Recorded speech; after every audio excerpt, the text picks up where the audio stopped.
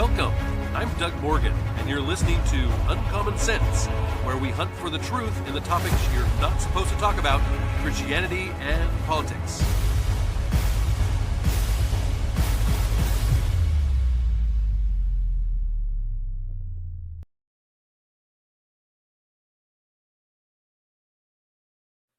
I shared on Monday a couple of opinion pieces describing what is happening to the Democratic Party. Ben Shapiro continues this conversation in his piece, saying the Democratic Socialists of America, DSA, are not hiding the ball. They despise America. And now they and their allies are forming a winning coalition, not just in New York, but they hope across the United States. 3 New York City congressional seats are now filled by DSA members or former DSA members. In LA, another Democratic Socialists of America member may end up as mayor. In New Jersey, a former alleged Al-Qaeda mouthpiece will likely win a congressional seat. In Michigan, a terrorist supporter will likely be elected to the Senate. In Maine, a dude with a literal Nazi tattoo will likely end up in the Senate as well. The rise of the Hate America crowd is the story here. It's their pitch. It's not a bug. It's a feature. I know a lot of people are saying, no, they're winning in spite of all that. Wrong. This is how you win with young people. It's how you signal that you're not part of the machine. The seeds of all of this were planted long ago. In 2008, the Democratic Party coalition turned into the Barack Obama coalition. By 2012, the Obama coalition had turned into the coalition of the oppressed. And by 2016, that coalition of the oppressed had become the anti-Trump coalition. And now, the anti-Trump coalition is turning into the Hate America coalition. Full scale, all mass off now. The seeds were always there. He says, I often cite this quote from Barack Obama from his 1995 book, Dreams from My Father, where it says, I have seen the desperation and disorder of the powerless, how it twists the lives of children on the streets of Jakarta and Nairobi, in much the same way as it does in the lives of children on the south side of Chicago. How narrow the path is for them between humiliation and untrammeled fury. How easily they slip into violence and despair. I know the response of the powerful to this disorder, alternating as it does between a dull complacency and when the disorder spills out of its prescribed confines, a steady, unthinking application of force, of longer prison sentences, and more sophisticated military hardware is inadequate to this task. Well, that sentence could have been written by Zora Mandani or any other variety of Democratic Socialists of America candidate. I mean, this is their entire matrix of thinking. All suffering all over the world is the fault of evil capitalists, free market systems. And what you really need is an America that apologizes for its presence in the world. They believe there is some sort of ideological solidarity between gang members on the south side of Chicago, who after all are victims of the system, and teens in Jakarta. There was a reason Barack Obama sat in Jeremiah Wright's church for decades. He agreed with him. There's also a reason Barack Obama loves Mamdani. Mamdani is Jeremiah Wright, except he's much more smarmy, younger, and has a better beard.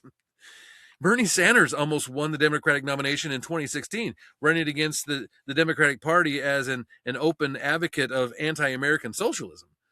He won the youth vote outright. And now that the Obama-Sanders coalition has turned into the Mamdani coalition, it's going to keep getting worse. And here is what the Democratic Socialists of America actually believe. Their new platform is this: abolish the Senate, replace the president and the Supreme Court with an executive and judiciary chosen by the subordinate to Congress. They want it be subordinate to Congress. Defund the Department of War completely. Abolish all prisons. Free Palestine, of course. Naturally, because all complaints about Western civilization must be projected into love for a pseudo state that loves terrorism. End sanctions on Cuba, Venezuela, and Iran. Abolish ICE. Grant amnesty for literally everyone. Open borders. Public ownership of all major corporations. And remake the elections nationwide. You see, the ultimate goal: a democratic socialist republic. In 2012, the DSA had 6,500 members. By February of this year, that was over 100,000. And by the end of this year, it wouldn't be shocking if they don't have at least 500,000 registered members. Left-wingers and legacy media interlocutors say all of these Democratic Socialists of America candidates are winning based on affordability. It's not true.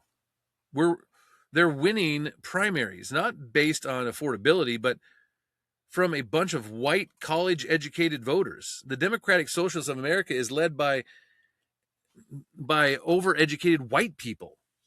This professional, disproportionately white, useless class has been manufactured over the last 20, 30, even 40 years in university classrooms. They've been majoring in absolute junk. They are unemployable losers who have never held a real job. But they did go to the best colleges for years and then more years, and then they can't get real jobs. So they end up as community organizers or agitators or political aides for crappy candidates who hate the country. The Democratic Socialists of America is a make-work machine for college-educated losers.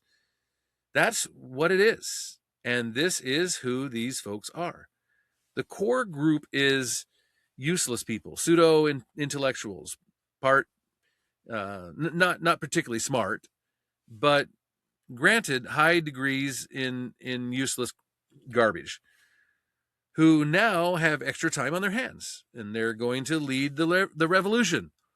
The second group is people in the Democratic Party who are annoyed with the Democrats because the Democrats are constantly promising the world and failing to deliver, yelling about Trump, but they don't give you enough. The third group is the people who aren't watching very closely.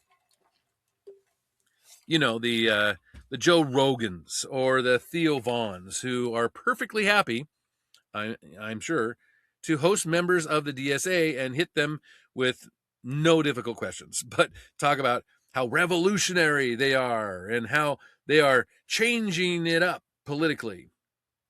No deep questions, no serious policy ramifications, but they do make cool TikToks. They never like to talk about solutions, but they do love people who will just complain about the problems with the system, because now you're in the know and all the rest of that nonsense. And then finally, you have the loyal liberals, right? The partisans. These are people who, if forced to choose between a psychotic left and the Trump right, well, they'll choose the psychotic left every single time. But it turns out the biggest group of Democrats is the order of opportunity left. The hope for democratic socialists is that the order and opportunity left basically continues to vote alongside the Democrats. And they were to do that. And if they were to do that, it would be a huge problem for the Republicans. But if the Republicans reach out to that group, they could win. These are people who don't hate capitalism, but do hate crime, who want the border closed, who don't love trans politics. What these people actually want is moderation. That's all they want. Law and order, immigration law enforcement, although they don't want raids, in their workplace. They want capitalism, but with, the rough edges shaved off. It's an opportunity for Republicans. The more the Democrats push to the left, the more opportunity there is for Republicans. With that said, it would be dangerous to pretend that the DSA and its group are not a major threat. In fact, really showing that threat is an opinion piece by Jonas Dew. He writes for Pirate Wires, and he says, across urban America, the socialists are on a roll. This week, all three Democratic Socialist candidates, backed by Zohran Mamdani, won their primaries for the U.S. House in deep blue New York City. The Darlisa Chevalier, a Columbia University encampment leader who has called the U.S. a effing disgrace and refused 4 times to say whether murderers should be locked up, beat incumbent progressive representative Esperlet. Well, Claire Valdez, who supports taxpayer-funded transgender surgeries and a 32-hour work week with a federal jobs guarantee, won her open race. Brad Landers, who put his body on the line in his fight to abolish ICE, trounced the incumbent Representative Dan Goldman. You might be tempted to dismiss the latest victories on the grounds that New York City, which recently elected, Mayor Zohran Mamdani,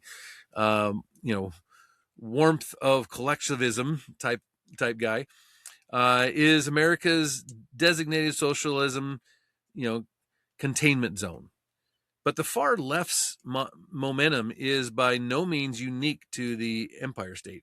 Arguably, more important are the Democratic Socialist victories in some of America's other largest cities, represented a realignment where the urban, educated base of the Democratic Party increasingly sees the once poisonous S word is a candidate's biography as a credential rather than a liability.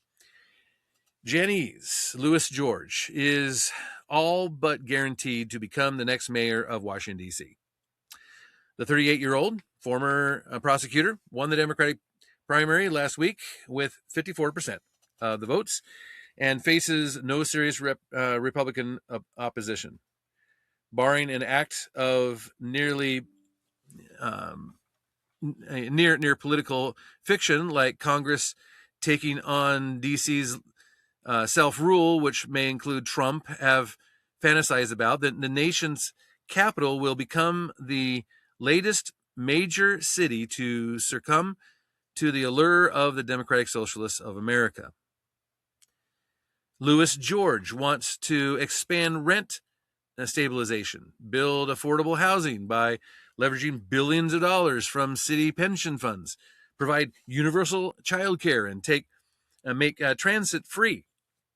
She has pledged to end DC's police cooperation with ICE and said, quote, "We're going to find ways to resist," unquote.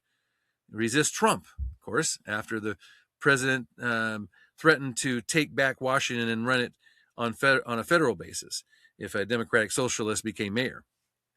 A former defund the police supporter, Louis George, has said, American policing is rooted in white supremacy. And she has also said she would not attend events focused on promoting Zionism and apartheid. Then there's Katie, by millionaires, Wilson.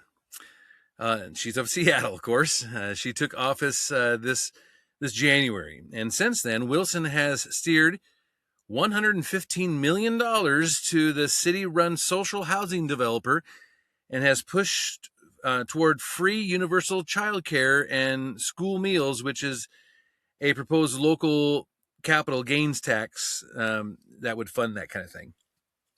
Now, Wilson joined a Starbucks picket shortly after winning her election, declaring, "I am not buying Starbucks, and you should not either," and then called it not productive after taking office, so that she could order a blueberry muffin latte, of course, right?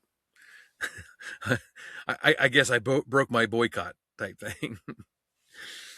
Well, in New York, Mamdani's proposed rent freeze for roughly 1 million rent-stabilized apartments is in its final stages. He announced plans for the first city-run grocery store, which will cost, get this, $30 million to build. That's $3,000 per square foot, 4 times the normal private sector cost. With help from the state, of course, Mamdani's administration is pouring $1.2 billion into childcare programs with the eventual goal of having universal free childcare. Plans to make buses free and increase minimum wage to $30 an hour are still in progress. Well, in Los Angeles, council member Neetha Ban Backyard Barbecues, Rahman, will face off against the incumbent mayor Karen Bass in November. Rahman, who has DSA ties but was not endorsed by the group, has pledged to triple annual housing construction through a combination of public and private efforts, including through permitting and zoning reforms. As a council member, she voted against an ordinance banning homeless encampments near schools and against additional police hiring and spending.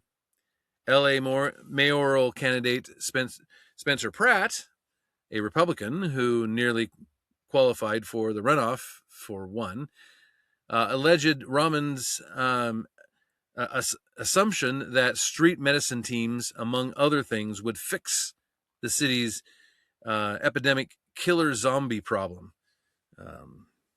Quote, "I will go below the harbor freeways tomorrow with her," Pratt said, "and we can find some of these people she's going to offer treatment for, and she's going to get stabbed in the neck. These people do not want a bed. They want fentanyl or super meth," unquote.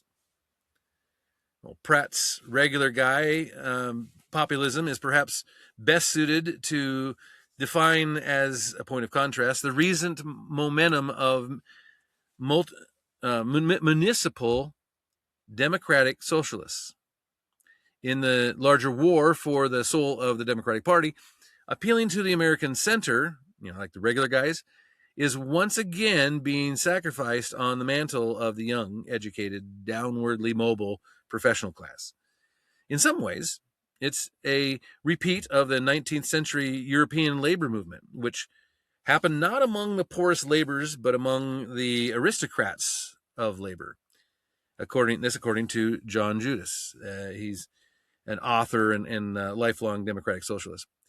Quote, "Craft workers who produced cigars in the 1860s are analogous to today's college-educated white-collar millennials.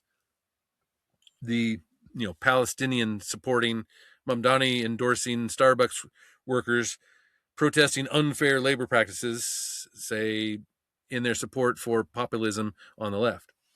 Quote, "Their vanguard of the educated precarious." This is what Rudy Teixeira, a political scientist at the American Enterprise Institute, said in an interview. He said, "They're handling their grievances about their sense of not getting ahead in life, that things are too expensive and that the whole system's rigged against them. It's all about one big plot against their mobility. Well, democratic socialists obviously haven't prevailed in all major cities. And in Minneapolis, Omar Fayette, who supports full equity for illegal immigrants and has said there is no situation in which he would clear a homeless encampment, lost to incumbent mainstream Democrat Jacob Frey in November. And in San Francisco, voters elected moderate Danielle Lurie in 2024 over incumbent London Breed amid persistent disorder. Overall, crime is now down significantly. Downtown foot traffic is up and retail vacancies is down.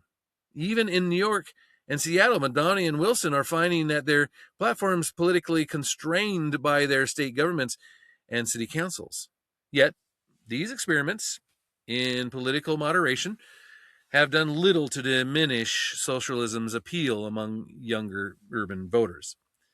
Part of the reason is that younger voters increasingly mean something different than they use when they use the word socialism.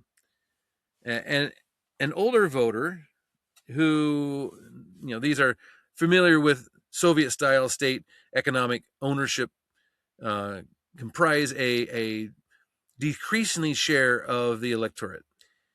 Younger voters who associate socialism with European-style welfare states have taken their place.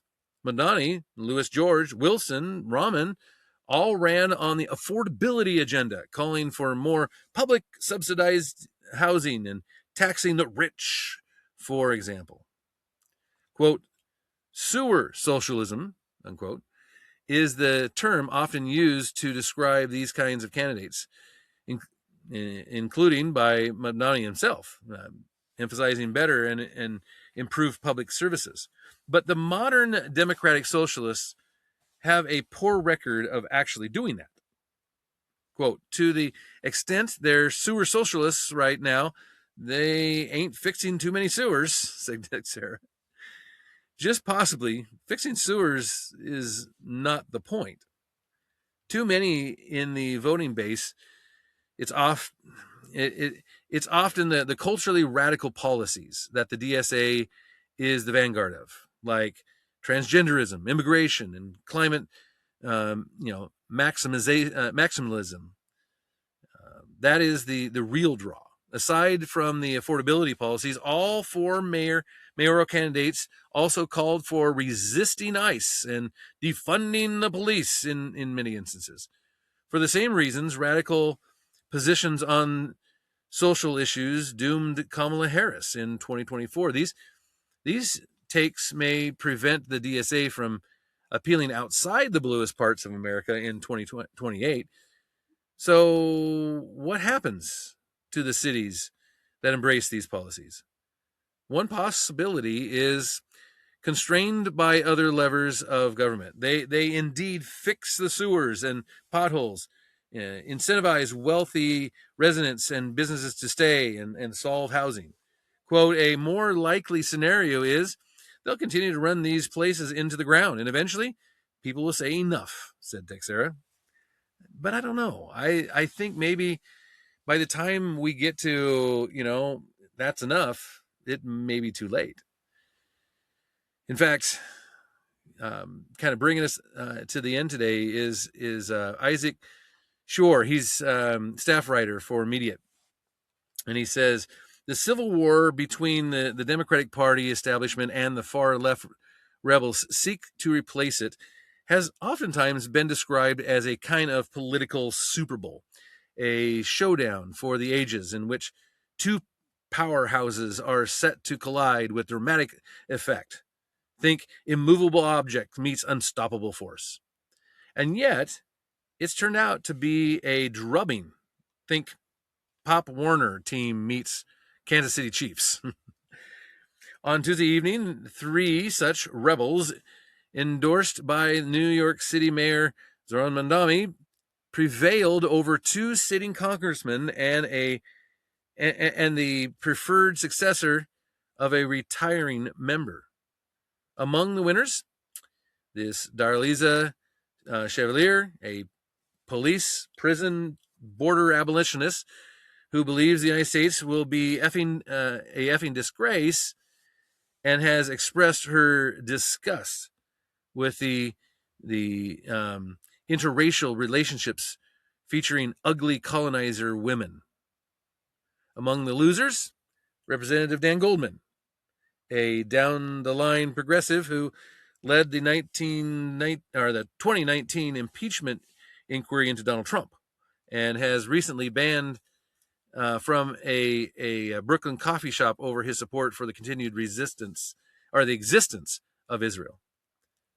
Priorities, right? For his part, a visibly irritated Mamdani responded to a question about the targeting of Goldman with the declaration that, quote, I have many political disagreements with Congressman Goldman when it comes to his votes and his views on Israel. What we saw online goes beyond that. Yeah, that's the end of the statement. The bare minimum delivered without a trace of detectable sincerity. Cold as ice. These are the new Democrats. Ruthless, vindictive, wannabe Bolshevik, eager to wage jihad against Western civilization. Lest you dismiss that conclusion as loaded hyperbole, consider the Columbia University Apartheid Divest, a group that Chevalier helped found as a undergraduate and participated in anti-Semitic protests alongside as an alum, and has been explicit about its objective. And its objective is this, quote, we are Westerners fighting for the total eradication of Western civilization. We stand in full solidarity with every movement for liberation in the global South. Our intifada is an internationalist one. We seek community and instruction from militants in the global South, unquote. It is remarkable that openly anti-American terrorists understudies are now the ascendant force within one of the country's two major parties. After all, it was only a few years ago that Joe Biden won Team Blue's presidential nomination, not as a moderate, but as a personification of the median Democrat. But then, again, this transformation, which to some might have appealed to occur all at once, should hardly come as a surprise. It's actually the inevitable destination of a course charted long ago. Mamdani has touted the victories of these three mini-me's as the triumphant of a politics for working people. His claim to that mantle is belied by every conceivable data point imaginable. Chevalier prevailed by 20 points among the majority college-educated and 5 points in higher income neighborhoods, according to the New York Times. In areas dominated by younger residents, she came out ahead by almost 25 points. Her opponent won lower income areas by nearly 10. A similar story played out in the Goldman's race. He lost younger neighborhoods by 24, and both majority college-educated higher income ones by 40. He won lower income areas by 14. The Democratic Socialist movement isn't a program for working people. It's a vanity project for, privileged, well-off conformists who moved from one far left bubble in college to another in the Big Apple. Progressives' capture of the despondent rule over the panoply of influential American institutions, and most importantly, the university, has fostered this radicalism. For decades, students have shipped off to schools where they've spent their formative years being taught by left-wing professors and preached at by left-wing administrators and rewarded by their peers for pushing ever leftward. Clout on campus is directly coordinated with how willing one is to embrace the kind of politics advocated by Chevalier and Mamdani. Higher tax rates, affirmative action, foreign policy restraints are blasts on the quad.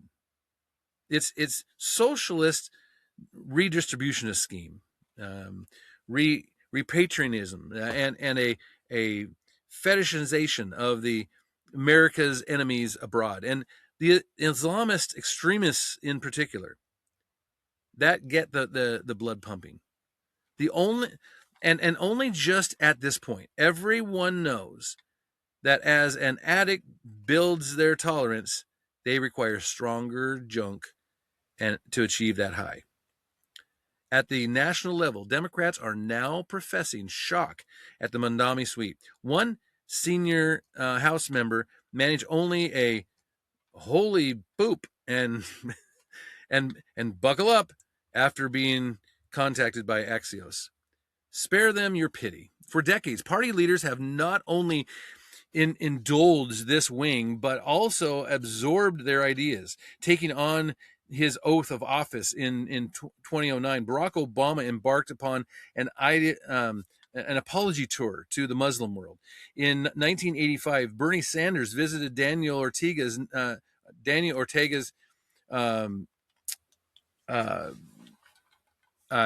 his country and came back impressed, as he put it. That was Nicaragua. 3 years later, he took a honeymoon to the Soviet Union shortly before its collapse and came back raving over the strengths of its system. This is the runner-up in each of the last two Democratic presidential primaries, mind you. Both the former president and Vermont senator have embraced the ahistorical tale about how the United States invited Iran's everlasting wrath by overthrowing its benevolent democratic leader in 1953. Well, in truth, it was the Iranians who ejected the power-hungry Mohammad Mossadegh from his office. But thinly disguised campus radicals like Obama and Sanders would never let the facts get in the way of their cartoonish, villainous conception of their own country.